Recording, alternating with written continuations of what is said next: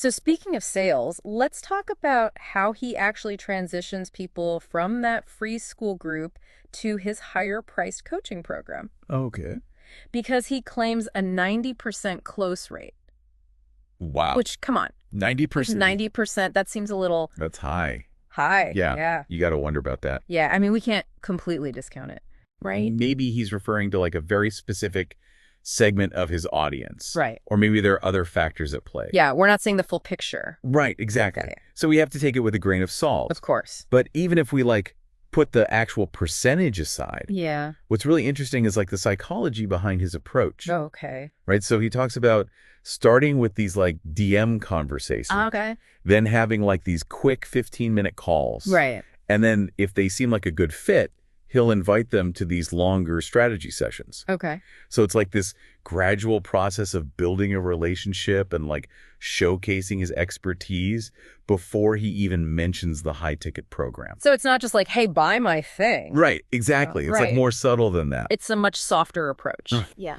So he's establishing himself as someone who genuinely wants to help, Right. who understands their challenges, and maybe even has some of the solutions. Exactly. Which makes sense. Yeah. People are much more likely to invest in something Right.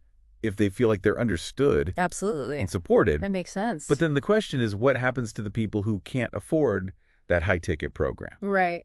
Because not everybody can. Right. And he actually has a strategy for that. Okay. Interesting. And it's a little interesting. Okay. He calls it the deposit strategy. The deposit strategy. So he reframes his $49 a month school membership as a deposit Okay. towards his high-ticket coaching program. Interesting. Okay. So instead of seeing it as the cheaper option, Right. it's like a stepping stone. It's a way to like lock in a discounted rate for when Okay. they're ready to commit to the bigger program. Interesting. It's a clever marketing tactic. It is. There's no doubt about that. Yeah. It plays on people's aspirations. Yeah. That desire to invest in themselves and their future. Yeah, like I want to improve myself, but I can't afford the big thing. Right. But I can put down a deposit Exactly. so that later I can... And it's framed as an investment, Right. not as, I'm trying to get more money out of you. Exactly. It's very clever. But we have to acknowledge the potential downsides of this framing. Right, of course. Right. Like, is it creating unrealistic expectations? Yeah.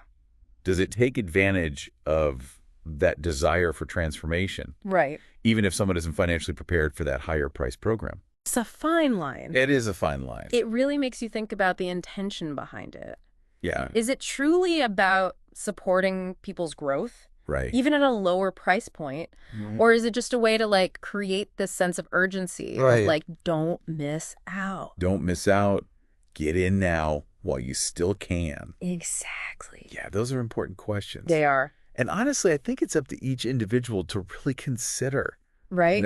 Yeah. Do your research. Yeah. Look at your budget Right. and decide, does this type of framing resonate with me? Yeah. Or does it raise some red flags for me? And this is where I think the value of a community, Yeah. even one with like a paid aspect, Right. can be really helpful. Totally. It's about having those open and honest conversations, sharing different perspectives. Right. And, Accountability. yeah, exactly. Holding each other accountable. Absolutely. A healthy community encourages critical thinking. Yes. It's about questioning these assumptions, Right. challenging each other, Right. finding that balance between pursuing success Mm-hmm. and, maintaining your ethics. Right. It's not just about blindly following someone's system. Exactly. It's about understanding why, Yes. understanding the potential pitfalls, Right. and then making those informed decisions Right. that feel right for you. Love it. Yeah. And speaking of, kind of finding that balance, Okay. let's circle back to his use of workshops, Okay. because this is another kind of revenue stream that he's got going on. Right. And I mean, it's smart. Yeah. When you think about it, he's offering like a low-priced entry point. Right. So people can kind of like experience his teaching style a little bit. Right. Get a taste of it. Yeah, get a Yeah. taste and Yeah. get some value without having to like, shell out thousands of dollars for the big program. Exactly. But it's not just about giving them a taste of his teaching. Right. It's also strategic because he bundles a free trial of his school community Sorry. with the workshop purchase. Okay. So it's like You're more likely to get sucked in. Yeah, and it's like that whole try before you buy thing. Right, yeah. But instead of a product, it's access to his community. Right, exactly. Yeah. And his expertise. And we can't overlook the power of workshops, too, to like really showcase your expertise. Oh, yeah, for sure. So by offering a really high quality, valuable workshop, Right. he's building that credibility. A win-win. Right? It's a win-win. Yeah. People get valuable information. They get a glimpse into his world. Right.